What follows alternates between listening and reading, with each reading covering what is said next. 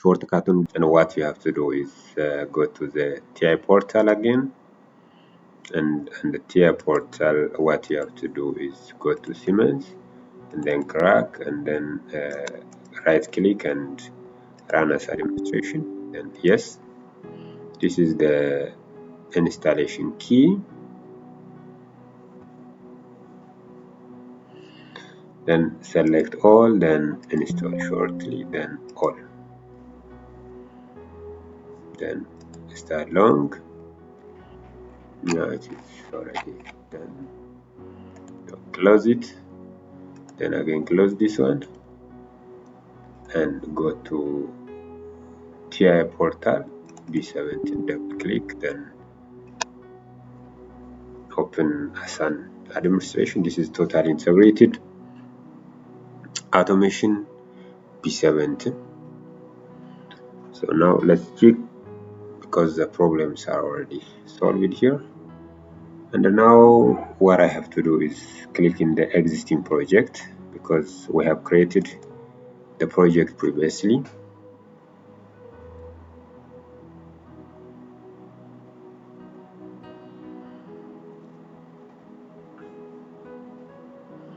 Right, so configure the device,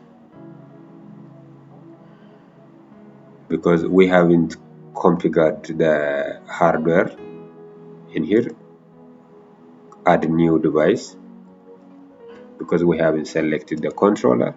So come here and click on Zedikas S7, click CPU, then what I select is CPU 315 2P and DP.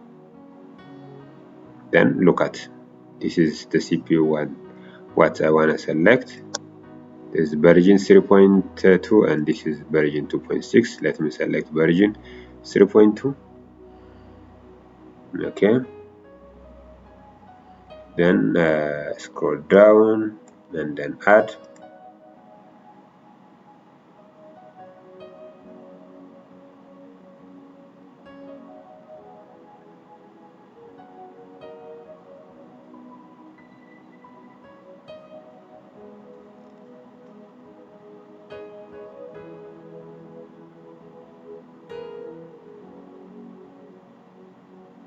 Alright, so look at CPU is already added here, and we have to bring the power supply PS. So we can select the power supply.